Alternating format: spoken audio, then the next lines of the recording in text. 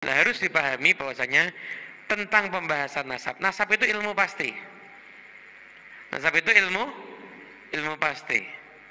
Nah, sekarang ini banyak orang menasabkan diri padahal kadang-kadang karena kabar yang tidak jelas. Karena kabar yang tidak jelas. Tiba-tiba ngomong begini, saya ini keturunan Sunan Giri. Tuh, kok kamu bisa tahu? Iya, saya tuh pernah naik bis, ketemu sama bapak-bapak tua, dibilangin, kamu itu keturunan Sunan Giri, berarti saya ini keturunan Sunan Giri. Ini berarti yang ngomong sama yang diomongi jeleknya podo ini berarti. Yang namanya nasab loh, kamu, nah bapakmu yang keempat kamu tidak tahu namanya kok kamu bisa ngaku keturunan Sunan Giri? Tidak bisa kalau begitu. Paham ya? Nasab itu ada ilmunya aja jelas. Nasab ada ilmunya jelas. Nah, di kalangan para habaib, nasab ini dijaga. Ada orang-orang tertentu yang memang berkhidmat untuk mengurus nasab. Dan ada namanya pohon nasab. Dulu tuh generasi terdahulu, mungkin sekitar 60 tahun, 70 tahun yang lalu, ada namanya Habib Ali bin Ja'far As-Segaf.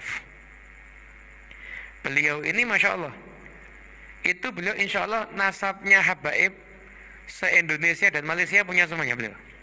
Dibuat pohon begitu. Jadi orang ngaku-ngaku langsung ketahuan, ada tidak di pohon? Tidak ada. Berarti bukan. Punya semuanya beliau ini. Betul, Masya Allah, khidmat kepada urusan nasab luar biasa. Orang yang ahli nasab julukannya An-Nasabah. Bukan nasabah bang, bukan lah ya. An-Nasabah itu dari ilmu nasab. Jadi nasab itu ilmu pasti.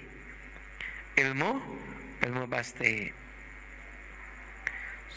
Misalkan ada orang bilang, saya keturunan Habib Abdullah Al-Haddad.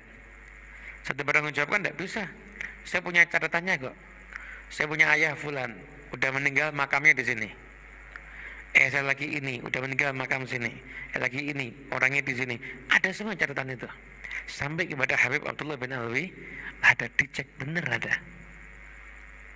Nasab itu ilmu pasti. Maka nggak bisa sembarangan orang menasabkan diri kepada yang bukan ayahnya. Apalagi kadang-kadang dapat nasab dari sumber yang tidak jelas. Ketemu orang tua, atau lagi duduk di pohon beringin tiba-tiba ketemu sama jin. Kan jin genderuwo itu. Biasanya genderuwo itu datangi temannya. Mungkin kamu dianggap teman makanya didatangi akhirnya. Jadi tidak bisa begitu. Apalagi dapat nasabnya itu dari mimpi. Saya itu pernah sekali kejadian lucu ini.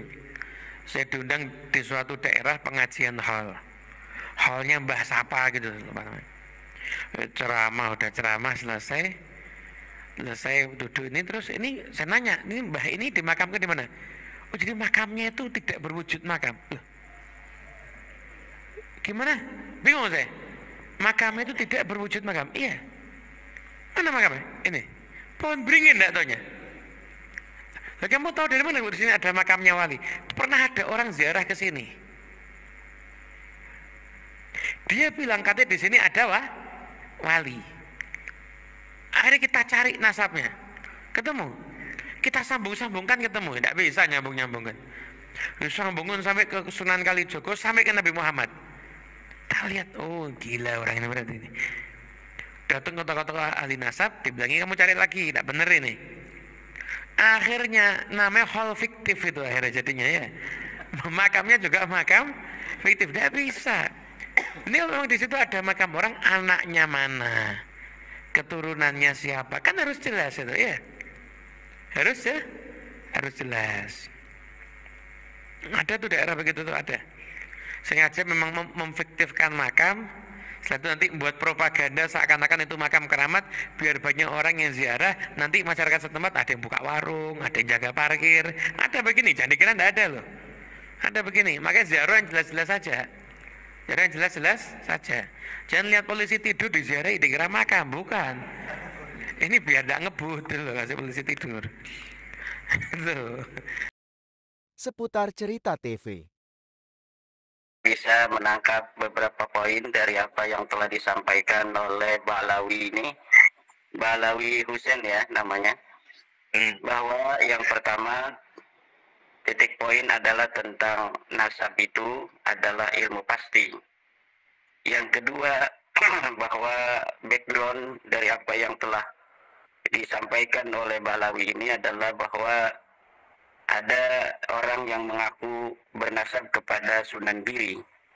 Yang kedua adalah tentang bagaimana para Balawi rapih di dalam mengurut dan mencatat silsilah. Jadi dari apa yang telah disampaikan oleh Balawi tadi, kita dapat menarik sebuah kesimpulan. Pertama, sebenarnya yang disampaikan untuk poin pertama yaitu tentang bahwa nasab adalah ilmu pasti. Ini di situ saya setuju ya. Karena nasab adalah merupakan bagian dari ilmu sejarah. Menurut sebagian para ahli, sejarah adalah termasuk di dalam ilmu pasti. Sebagian yang lainnya mengatakan bahwa sejarah bukan ilmu pasti. Dari perbedaan sudut pandang dua kutub ini sebenarnya muaranya sama. Mereka yang mengatakan bahwa sejarah adalah ilmu pasti, yang dimaksud di dalam sejarah itu adalah sejarah masa lalu yang betul-betul terjadi berdasarkan dengan bukti yang faktual, yang empiris. Maka disebutlah itu sejarah sebagai ilmu pasti. Adapun sejarah yang mengalami pembelokan, kemudian disebut sejarah, itu ada kaitnya, sejarah palsu misalnya, atau sejarah yang telah mengalami pembelokan. Kemudian menurut yang kedua bahwa sejarah itu bukan termasuk ilmu pasti, mereka menganggap kait-kait tentang sejarah itu, bahwa ada sejarah yang asli, ada sejarah yang palsu, itu itu tetap disebut dengan sejarah walaupun dengan penamaan tambahan yaitu sejarah palsu. Tetapi menurut kelompok pertama, sejarah adalah ilmu pasti. Yang dimaksud dengan sejarah adalah sejarah yang betul-betul faktual terjadi pada masa di mana sejarah itu diatribusikan titik mangsanya. Adapun hal-hal yang fiksi, hal-hal yang hanya bersifat dongeng atau pembelokan sejarah, maka itu sama sekali tidak bisa disebut sebagai sebuah sejarah.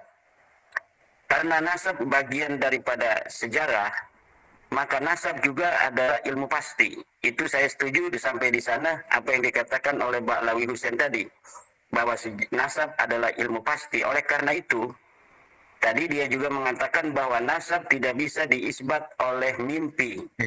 Ini sesuai dengan apa yang telah dikatakan oleh seorang pakar nasab yang bernama Syekh Khalil bin Ibrahim Ad-Duwailimi dalam kitabnya Muqaddimat fi Ilmi Al-Ansab, bahwa yang dinamakan dengan isbat nasab la yasbutu birru'yah. An-nasabu la yasbutu birru'yah artinya bahwa nasab tidak bisa diisbat oleh mimpi-mimpi. Nah, cuma sayangnya Ba'lawi tadi itu membuat contohnya kepada nasab Sunan Giri, bahwa ada keturunan Sunan Giri, kemudian yang dia merasa sebagai keturunan Sunan Giri berdasarkan mimpi. Kemudian Ba'lawi tadi juga mengatakan bahwa kalau para habaib Ba'lawi itu nasab mereka tercatat dengan rapi. Bahkan ada seorang nasabah dari Ba'lawi yang mampu untuk menghafal dengan catatan yang rapi seluruh Ba'lawi yang ada di Indonesia dan Malaysia. Ini ada falasi di sana yang disampaikan oleh Ba'lawi tadi. Ya, sebenarnya apa yang telah disampaikan oleh Ba'lawi tadi itu membentur kepada nasab Ba'lawi sendiri. Di mana nasab Ba'lawi ini pada permulaan abad 9 itu persis seperti apa yang dikatakan oleh Ba'lawi tadi, bahwa nasab Ba'lawi sama sekali tidak dapat ditemukan referensinya sebelum pengakuan Ali bin Abu Bakar As-Sakran di tahun 895 Hijriah. Kemudian di dalam kitab Al-Burqatul Musiqah banyak sekali riwayat. Salah satunya adalah riwayat bagaimana katanya seseorang bermimpi. Kemudian dalam mimpinya itu Rasulullah datang dan menitipkan Ba'lawi sebagai titipan keturunan dari Rasulullah. Maka yang disampaikan oleh Ba'lawi tadi, Husain Al-Mukhdar siapa tadi? Husain Al-Habsyi. Husain Al-Habsyi itu membentur atau mendobrak atau menghajar daripada nasab dia sendiri pada abad yang ke-9. Kemudian juga dalam kitab An-Nur Safir, Mas Rifki, itu ada sebuah riwayat di mana seorang yang bernama Syihabuddin Ahmad, yang Syihabuddin Ahmad ini ada di abad ke-10 Hijriah. Di dalam kitab An-Nur Safir itu diriwayatkan bahwa ketika dia masih mengalami keraguan tentang makam Ahmad bin Isa yang ada di Hadramaut, dia berada dalam keadaan tidak ingat, ya. Kemudian Ahmad bin Isa datang kepadanya, kemudian dia bertanya kepada Ahmad bin Isa, apakah betul makammu itu yang ada di Hadramaut ini, wahai Ahmad bin Isa? Kemudian Ahmad bin Isa mengatakan, na'am. Dari situ kita dapat menarik sebuah benang merah antara apa yang diucapkan oleh Balawi Husain Al-Habsyi tadi dengan riwayat-riwayat yang ada di dalam nasab Balawi yang penuh dengan haluisme, yang penuh dengan nilai-nilai yang seperti yang dikatakan oleh dia. Satu sisi dia mengatakan bahwa nasab itu adalah ilmu pasti, di sisi lain banyak riwayat-riwayat di dalam tradisi literatur Balawi yang mengatakan bahwa beberapa macam item-item sejarah kenasaban mereka itu diisbat oleh mimpi, walaupun itu di dalam Alkitab Al-Burqatul Musiqah secara empiris kita dapat melihat di dalam kitab itu nasab mereka itu mulai dibangun pada abad 9 itu. Tetapi nasab Balawi ini nasab yang betul-betul keluar, yang betul-betul muncul, timbul di abad 9 itu. Rumel Abbas pernah mengatakan bahwa sebenarnya Ali As-Sakran bukan yang pertama.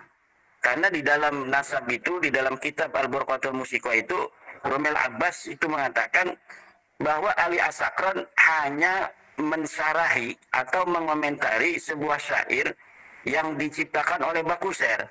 Rumel tidak tahu kalau Bakuser itu adalah temannya Ali As-Sakran itu sendiri.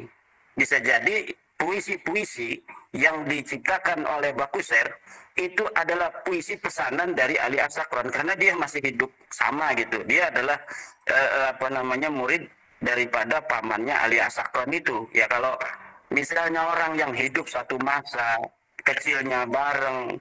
Saya lagi bikin kitab nih Al-Burqatul Musiqah tentang nasab Balawi. Coba tolong dong bikin puisi tentang nasab kami. Sehingga bukan hanya dari kami kalangan Balawi yang mengisbat nasab kami, tetapi dari orang lain juga mengisbat. Itu bisa saja terjadi. Maka sejarah dan nasab itu jangan sampai masuk di dalam filsafat yang abstrak.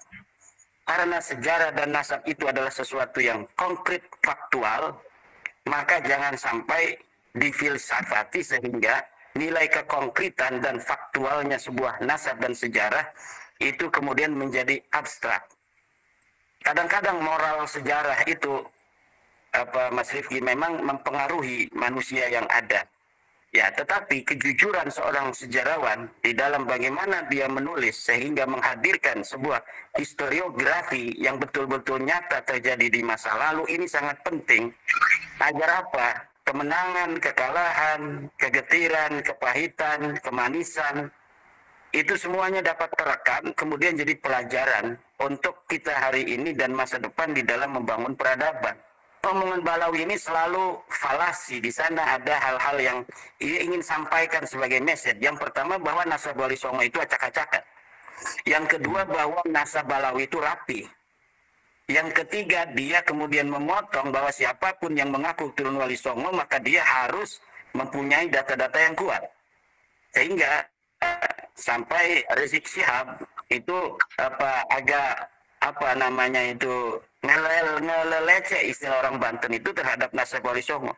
Kalau pengen diisbat, tes DNA dong. Sekarang sudah ada rambut. Mereka yang mengaku keturunan daripada Nabi harus mau tes DNA.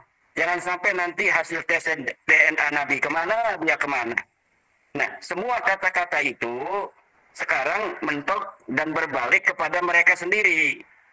yaitu ketika hasil uji tes DNA para sadah-sadah keturunan Nabi Muhammad di dunia ini sudah keluar.